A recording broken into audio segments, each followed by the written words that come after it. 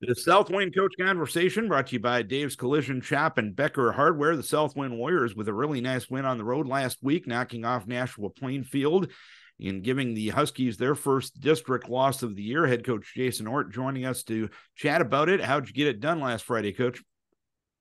Well, we really felt like we had a good game plan put in place. Coaches did a nice job this week preparing on all three phases of the game: offense, defense, and special teams. We made some really big plays. We had a really good opening drive, 16 play, physical, almost all run drive that punched in for a touchdown right away. And that really kind of gave us some momentum. Then, I took a few chances on fourth down, didn't come up on our end for either one of them, which allowed them to kind of have some good field possession.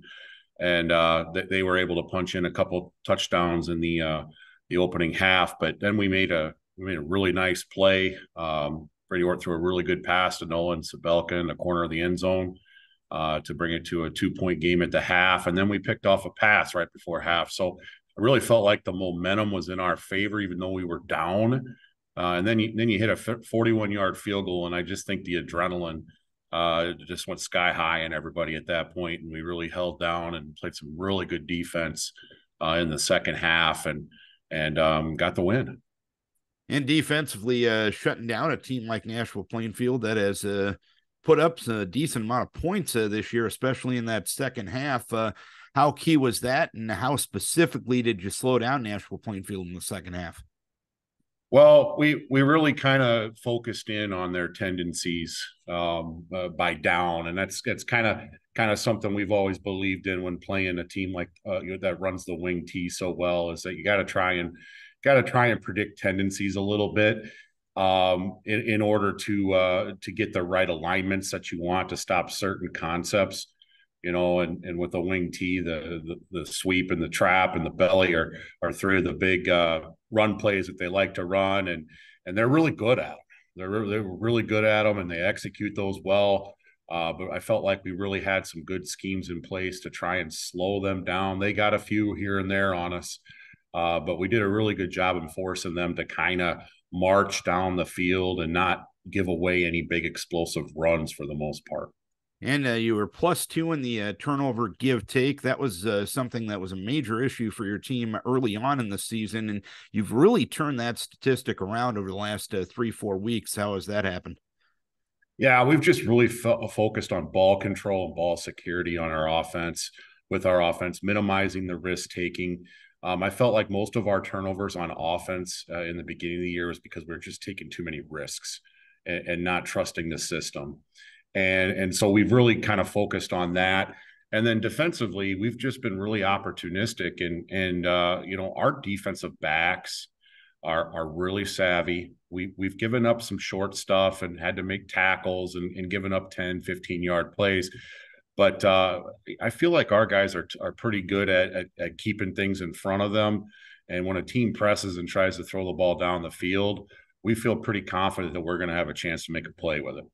And defensively, one individual to spotlight, Parker Timp, 8.5 tackles, 3 tackles for a loss, 1 sack. Good to have 5'4" doing his thing, isn't it? Yeah, and we move him around, and we really did that. I thought we did that really well. Carter Wendell did a really nice job moving him around in the second half. We talked about at halftime. It's like, hey, let's put Parker in different spots, just about every other play or every other series, and really kind of try and get them to guess where he's at, because he's just a guy you really want to try to avoid. I wouldn't want to be running at him if I were on offense. So I think moving him around and his ability to play multiple positions on defense is really a good strength for us.